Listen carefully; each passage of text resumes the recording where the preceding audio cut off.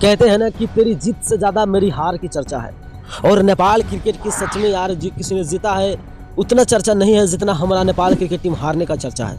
और चर्चा क्यों ना रहे कि एक एसोसिएट देश के खिलाड़ी पूरे देश में अपना परचम लहरा दिया। और मैं आपको क्या बताई भाई, एक एक खिलाड़ी ने एक एक मैच में पूरा अपना दमखम दिखाया।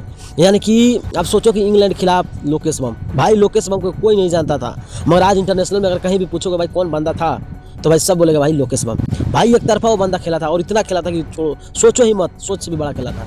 और मैं आपको बता दूं, लोकेश बम को छोड़ दिया जाए तो दूसरे मैच में यानी कि उप कप्तान दीपेंद्र सिंह ऐरी, हाँ जी वही दीपेंद्र सिंह ऐरी जो कभी 6 बॉल 6 छक्का लगाने में जाने जाते हैं, तो कभी लगातार दूसरा बार 6 बॉल 6 छक्का लगाने में जाने जाते हैं, तो कभी कैच पकड़ने में जाने जाते हैं, तो कभी रन आउट करने में जाने जाते हैं, तो कभी फील्डिंग में जाने जाते हैं। यानी कि वही दीपेंद्र सिंह ऐरी जो सब में माहिर है, यानी बॉलिंग दो, बैटिंग दो या फील्डिंग दो, चाहे थ्रो करना हो, चाहे भाई एक एसोसिएट देश का खिलाड़ी होकर T20 वर्ल्ड कप में सेकंड में सबसे ज़्यादा रन बनाने वाला खिलाड़ी हो, वो टाइगर दीपेंद्र सिंह ऐरी है। वो दीपेंद्र सिंह ऐरी जिनका जलवा जलाल है पूरे देश में, जो लोग नहीं भी सुने सोचे भी नहीं थे हम लोगों कि इतने बड़े बड़े क्रिकेटर नेपाल क्रिकेट का तारीफ करेंगे। डेल स्टेन भाई इतने बड़े क्रिकेटर नेपाल का तारीफ कर रहे थे। गौतम गंभीर हुए, महेंद्र सिंह धोनी हुए, अब क्या ही मैं आपका आकाश चोपड़ा जी हुए, टकलू दाई हुए, भाई इतना ज़्यादा आप सोचो ही मत।